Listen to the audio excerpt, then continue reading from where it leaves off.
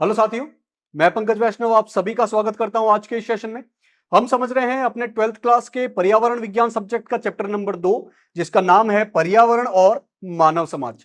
इस चैप्टर से जुड़े 4 भाग हम ऑलरेडी समझ चुके हैं। आज की क्लास में इसका 5वां भाग हम समझने वाले हैं। चौथे भाग में हमने देखा था कि कैसे आदिम मानव अपनी खानाबदोश जीवन को, अपने घुमंतू जीवन को छोड़कर धीरे धीरे एक जगह पर बसना शुरू करता है, अपना आश्रय, अपनी झोपड़ी बनाना शुरू करता है। धीरे धीरे वो खेती का काम करना शुरू करता है, पशुपालन करता है और एक जगह से दूसरी जगह पर आवागमन को तेज करने के लिए वो पहिए का आविष्कार करने लगता है। आज के इस 5वें भाग में हम समझने वाले हैं कि कैसे मानव औद्योगिकीकरण की तरफ आगे बढ़ने लगता है। मुख्य रूप से वो धातुओं का प्रयोग कैसे ज्यादा करने लगता है। तो समझते हैं आदिम मानव औद्योगिकरण की तरफ कैसे आगे बढ़ता है। तो औद्योगिकरण का प्रारंभ, औद्योगिकरण का सबसे पहला संकेत लकड़ी और पत्थर के इंजीनियरों को था, जिसे आदिम मानव ने किया था। औद्योगिकीकरण की तरफ अपना पहला कदम तभी से हमें मालूम पड़ जाता है जब हमने लकड़ी और पत्थर से अलग अलग चीजों को बनाना शुरू कर दिया था। चट्टानों से चकमक पत्थर के निष्कर्षण के लिए खनिक हिरण की सींगों और मवेशियों के कंधों की अस्थि, जिसे हम ब्लेड कहते हैं, उनसे बने फावड़ों का प्रयोग करते थे। ये जो खनिक थे, खनिक मतलब खनन करने वाले लोग, इनको खनिक बोला जाता है। तो खनिक जो थे वो चट्टानों से चकमक पत्थर का निष्कर्षण, निष्कर्षण मतलब निकालना, तो चकमक पत्थर के निष्कर्षण के लिए, चकमक पत्थर को निकालने के लिए हिरण की सींगों और मवेशियों के कंधों की अस्थि, जिसे हम ब्लेड कहते हैं, उनसे बने फावड़ों का इस्तेमाल करते थे ताकि पत्थर से उस चकमक पत्थर को निकाल सके और फिर इस चकमक पत्थर से अलग अलग प्रकार की चीजें ये बनाया करते थे। वे काम करते समय रोशनी के लिए छोटी छोटी लैंपों का प्रयोग करते थे।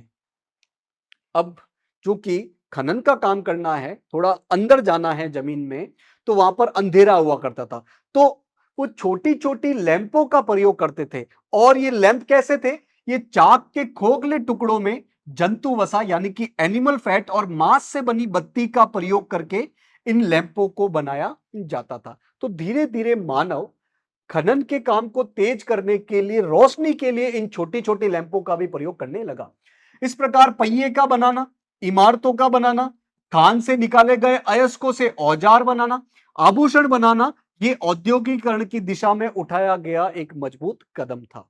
तो चूंकि अब मानव पहिए को बनाता था, इमारतों को, झोपड़ियों को, घरों को बनाता था, खान से अयस्क को निकालता था, इन अयस्कों से औजार बनाता था, आभूषण बनाता था, तो ये सारे काम औद्योगिकरण की तरफ बढ़ाए गए एक मजबूत कदम थे। तो देखते हैं कैसे धातु की खोज की गई। मनुष्य ने तांबा, लोहा, कांसा से मजबूत औजार बनाने की खोज कर दी थी।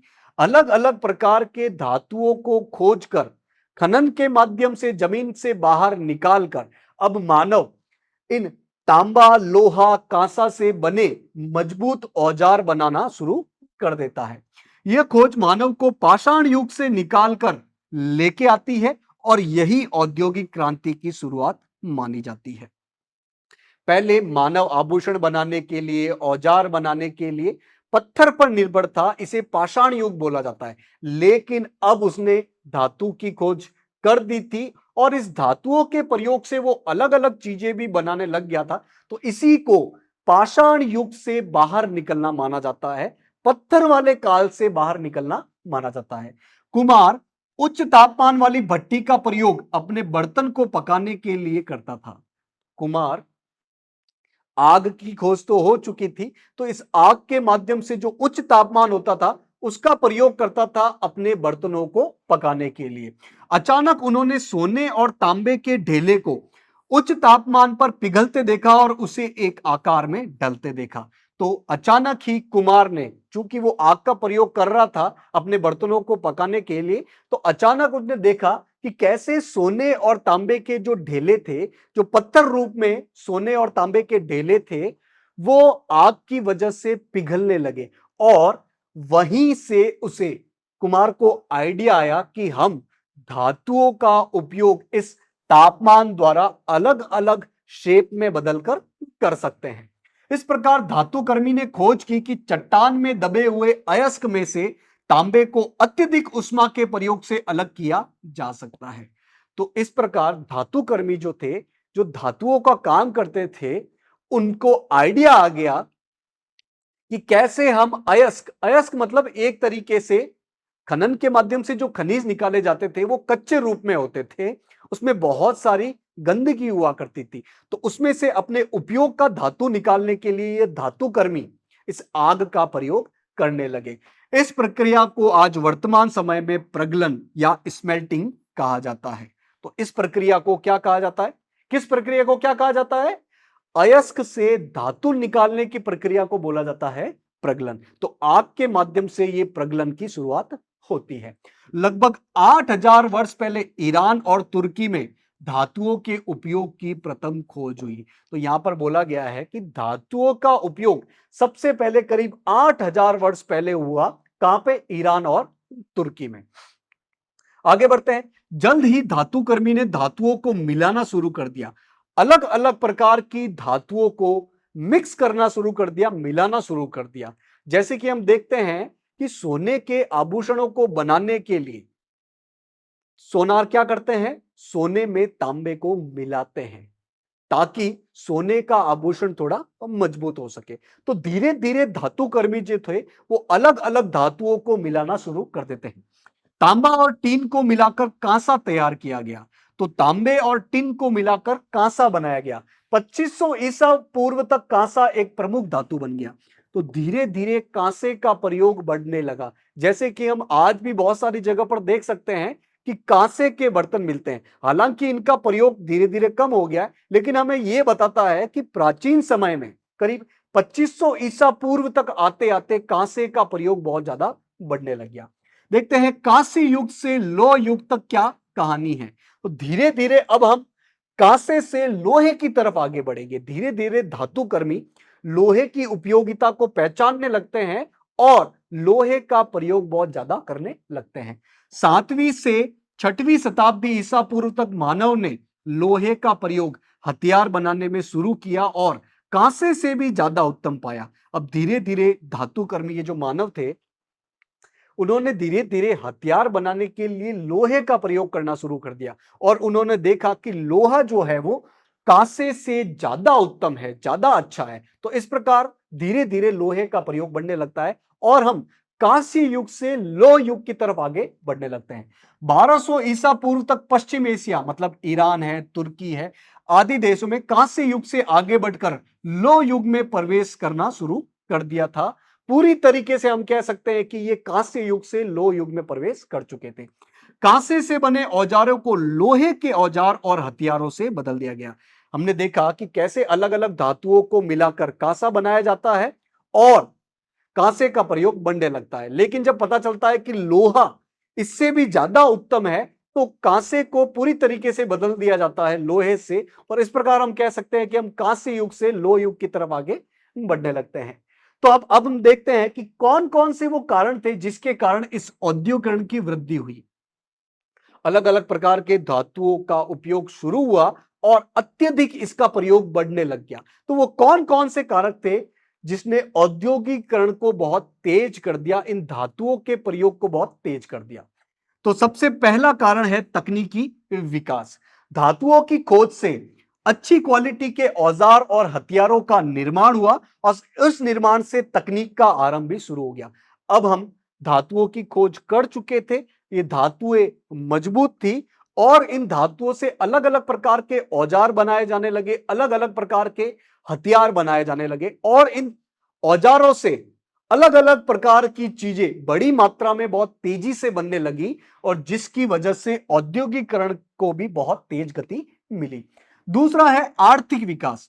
कृषक समाज के उद्भव से हमने देखा कि कैसे मानव खेती की शुरुआत करने लगता है और धीरे धीरे बहुत ज्यादा लोग खेती पर निर्भर होने लगते हैं। तो कृषक समाज के उद्भव से लोग अपने अत्यधिक उत्पादों को बेचने और अदला बदली करने लगे। इससे उनकी आर्थिक दशा मजबूत होने लगी। कृषक समाज का विकास होता है उनके पास अब एक्स्ट्रा कृषि उत्पाद ज्यादा बचने लगते हैं, तो वो दूसरे लोगों को बेचकर उनसे अपनी चीजें खरीदते हैं। तो धीरे धीरे पूरे समाज की आर्थिक स्थिति जो है वो मजबूत होने लगती है। कृषक समाज में लोग कृषि के अलावा दूसरे व्यवसाय में भी लगे हुए थे। हमने देखा था कि कैसे कृषि के अलावा लोग शिल्पकारी का भी काम करते हैं, अलग अलग प्रकार के औजार, आभूषण, बर्तन, सजावटी सामान बनाना शुरू कर देते हैं, जो कि हमें बताता है कि कैसे जो आदिम मानव समाज है वो आर्थिक विकास की तरफ आगे बढ़ता है। नेक्स्ट कारक है पहिए का आविष्कार। इससे परिवहन की दिशा में तेजी आई और परिवहन उद्योग की शुरुआत हुई। पहिए की आविष्कार की वजह से परिवहन बहुत तेजी से होने लगता है। परिवहन की तेजी की वजह से सामान एक जगह से दूसरी जगह पर बहुत तेज गति से आगे बढ़ने लगता है, जिसकी वजह से औद्योगिकरण को बहुत तेज गति मिलती है। नेक्स्ट कारक है खनन का आरंभ। यह अद्भुत चकमक से संबंधित है। खनन मतलब जमीन के अंदर से उपयोगी खनिज को बाहर निकालना। बाद के अयस्कों में तांबा, लोहा, एल्यूमिनियम का खनन आरंभ किया गया और यह खनन उद्योग की विकास प्रक्रिया को दिखाता है। धीरे धीरे खनन के माध्यम से बहुत सारे मजबूत खनिज हमें मिलने लगते हैं, जैसे तांबा है, लोहा है, एल्यूमिनियम है, और इनका प्रयोग धीरे धीरे बढ़ने लगता है। और इन्हीं के प्रयोग की वजह से औजार बनने लगते हैं, हथियार बनने लगते हैं और तकनीकी विकास होने लगता है। नेक्स्ट कारक है कृषि। कृषि का आरंभ आदि मानव के समय में हुआ था, जो हमने देख लिया है, लेकिन आज कृषि लाखों लोगों के लिए जीविका का एक साधन बना हुआ है। अगर भारत की बात की जाए तो करीब करीब 50% लोग खेती पर या खेती से जुड़े अन्य कामों पर सीधे रूप से डिपेंडेंट है अपने रोजगार के लिए, अपनी जीविका के लिए। वे भोजन, रेशा और उद्योगों के लिए कच्चा माल उगाते हैं। तो कृषि से जुड़े लोग कृषि से अलग अलग प्रकार के उत्पादों को प्राप्त करते हैं, जिसे वो भोजन के रूप में, रेशे के रूप में और उद्योगों के लिए कच्चे माल के रूप में प्रयोग करते हैं। कांस्य युग और लौह युग नेक्स्ट कारक है, जो कि औद्योगिकरण की वृद्धि के लिए एक इंपॉर्टेंट है। कांस्य युग, लौह युग और आग की खोज से बहुत पहले ही मशीन औजार बनाने के उद्योग की शुरुआत हो चुकी थी।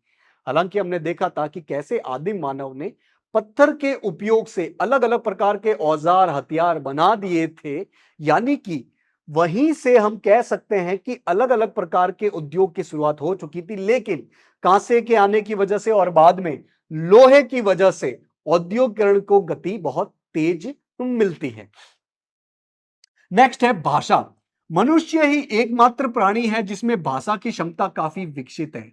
मनुष्य ही एक ऐसा प्राणी है जो कि भाषा का उपयोग बहुत ज्यादा करता है, मुख्य रूप से संप्रेषण के माध्यम के लिए, कम्युनिकेशन के लिए भाषा का प्रयोग होता है। और इसी चीज ने औद्योगिकरण की गति को बहुत तेज गति दी। बातचीत द्वारा संप्रेषण ने ही भाषा के विकास को बढ़ावा दिया है। तो बातचीत द्वारा भाषा का आदान प्रदान करने की वजह से औद्योगिकरण को बहुत तेज गति मिली है। तो आज की क्लास में हमने मुख्य रूप से क्या समझा कि कैसे मानव औद्योगिकरण की दिशा में अपना कदम बढ़ाता है और औद्योगिकरण की गति को बहुत तेज कर देता है। तो आज जो भी समझा है उसको आज ही रिवाइज कीजिएगा, ताकि लंबे समय तक आपके दिमाग में बनी रह सके। आशा है आज की क्लास आपको समझ में आई होगी। आज के इस सेशन से जुड़ने के लिए आप सभी का बहुत बहुत धन्यवाद।